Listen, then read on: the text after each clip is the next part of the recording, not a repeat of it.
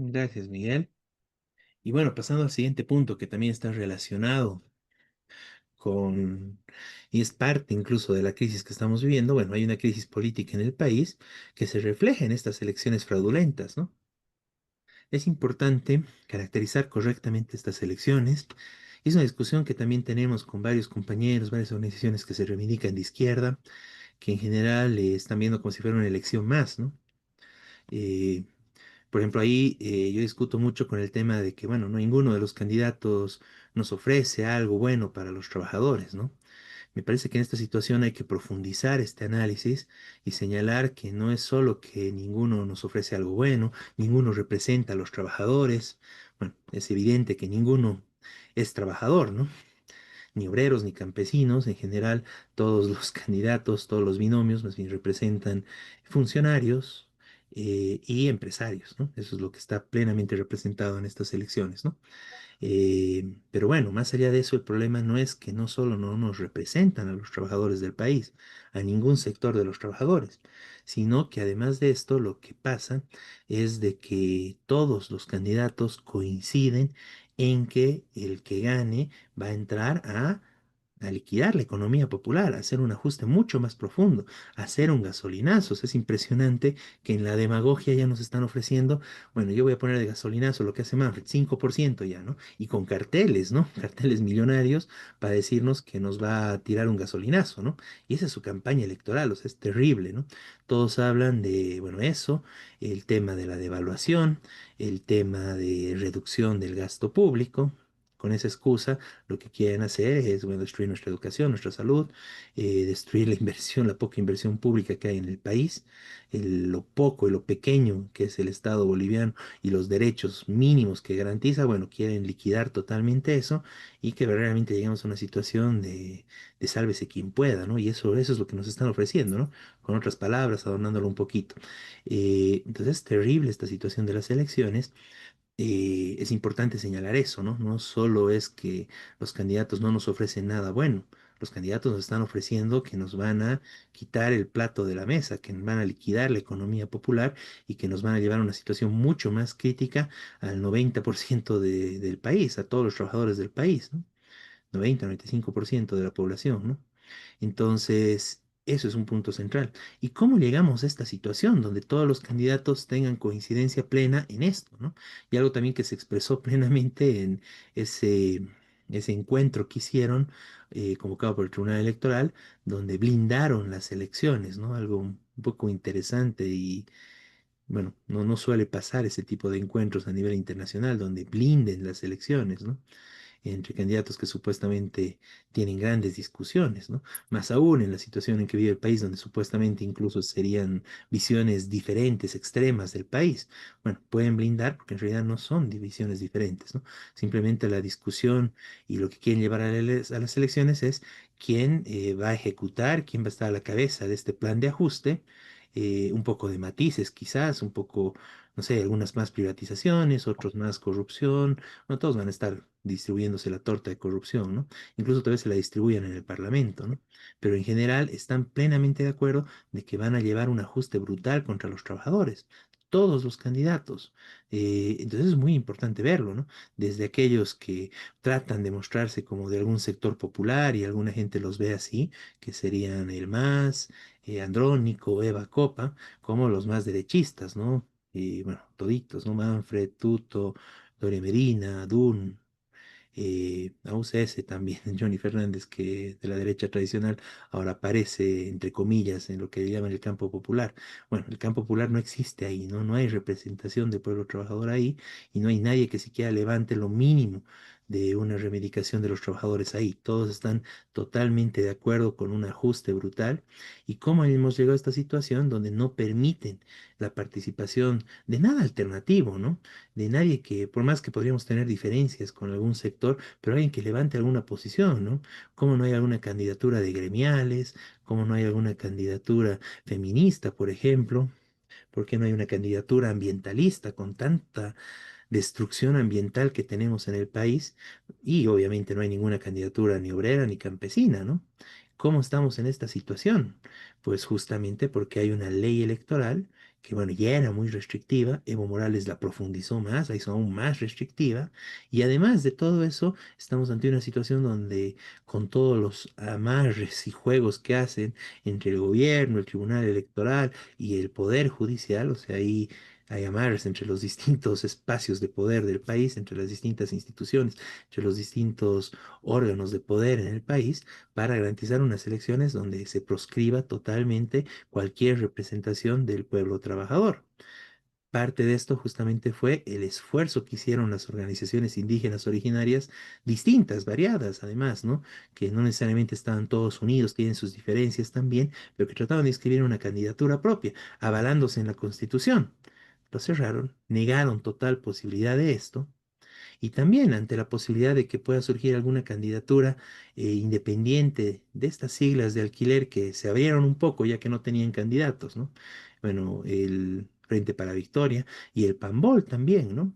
Bueno, al final el PAMBOL se fue con Evo y ahí liquidaron toda posibilidad de que les abran este espacio, ¿no? Pero bueno, ahí también prohibieron y proscribieron estas organizaciones con argumentos de la manga, o sea, con chicanería, con cuestiones leguleyas, pero arbitrarias, ¿no? Porque permiten otros y eliminan algunos, ¿no?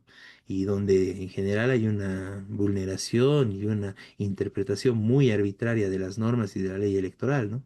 Entonces realmente es una situación que tenemos que tener claro, ¿no? Si hubiera habido alguna candidatura de los trabajadores, aunque tenga la sigla, lo hubieran inhabilitado. De hecho, eso tenemos que tener claro, ¿no? Si hubiéramos estado con la sigla del Partido de los Trabajadores y hubiéramos ido a estas elecciones, con cualquier argumento nos hubieran inhabilitado. Y eso tenemos que tener claro.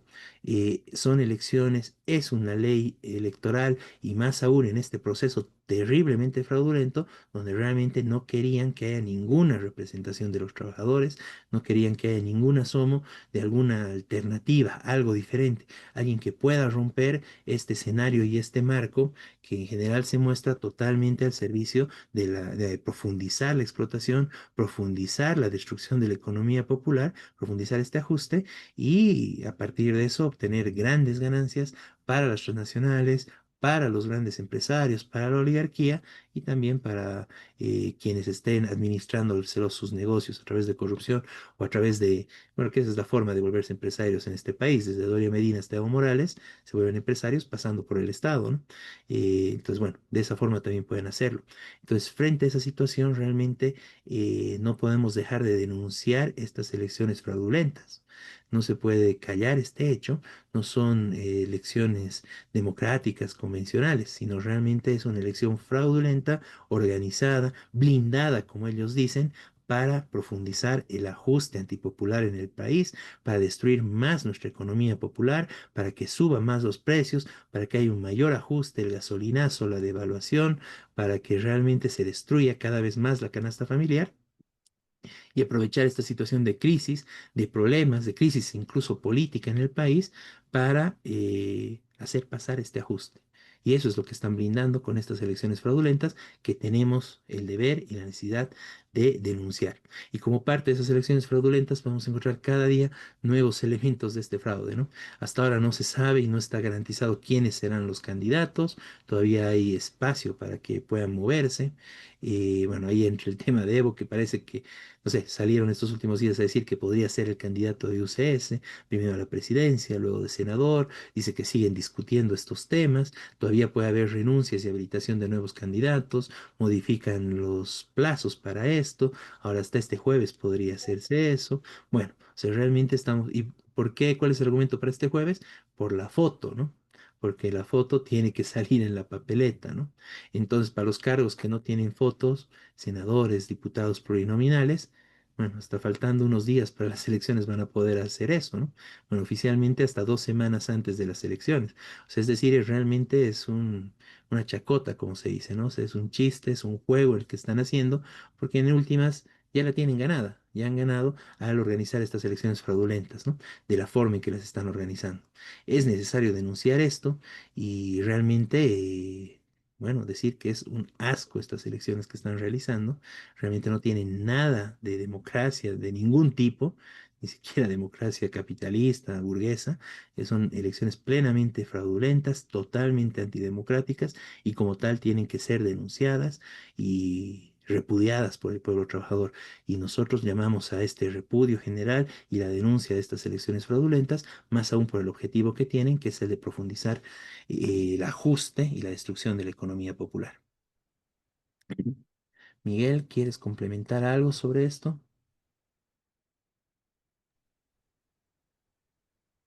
Es- no, lo único que sí, como decías vos, el jueves se vencería para el presidente y vice y diputados uninominales para que vayan en la foto. Eh, es todo grotesco, ¿no es cierto? Porque de los 3.000 y pico de candidatos que se inscribieron para todos los cargos, de diputado, etcétera, 2.000 fueron desaprobados. No, no. Pero eso fue una maniobra de los partidos para poder elegir otros, porque evidentemente ni siquiera se quejaron los partidos que tuvieron la mitad, 2 tercios de los candidatos desaprobados. Y entonces ahora están negociando unos con otros. Bueno, ahora parece que el levismo está negociando con la UCS a ver si les pone candidatos. eh, y así están cambiando, cambiando. Todavía no se sabe cuáles son los candidatos a diputados. eh, Había organizaciones, eh, bueno, la COP, por ejemplo, llegó a decir que iba a tener candidatos con Arce, el ampliado que hicieron en Tarija. Ahora no dicen nada, no se sabe si tienen candidato o no tienen candidato, porque además el arcismo está hundido, es decir, parece que no va a tener voto. Bueno, todo está totalmente desequilibrado, ¿no es cierto?, confuso sobre las candidaturas, sobre qué va a ser. Y el otro elemento que hay es que gran parte de la población, alguna encuesta dijo que la mitad de la población, no tiene idea de quién puede votar y no confía en ninguno eh, de los candidatos oficializados. Esto no pasó en Bolivia hace muchísimos años, digamos, ¿no? Es decir, porque obviamente los reglamentos electorales siempre fueron eh, antidemocráticos en el sentido de que inscribir un partido o tenés que tener millones de dólares o ser amigo directo del gobierno para que inscriban un partido y para juntar 105.000 firmas que además las apruebe todas el Tribunal Electoral. De hecho, hubo muchos partidos que perdieron su personería. Pero esto ahora se agrava por la crisis y división del MAS, la confusión de la gente y mucha gente que ya no cree en ningún sector de los sectores del MAS. Entonces,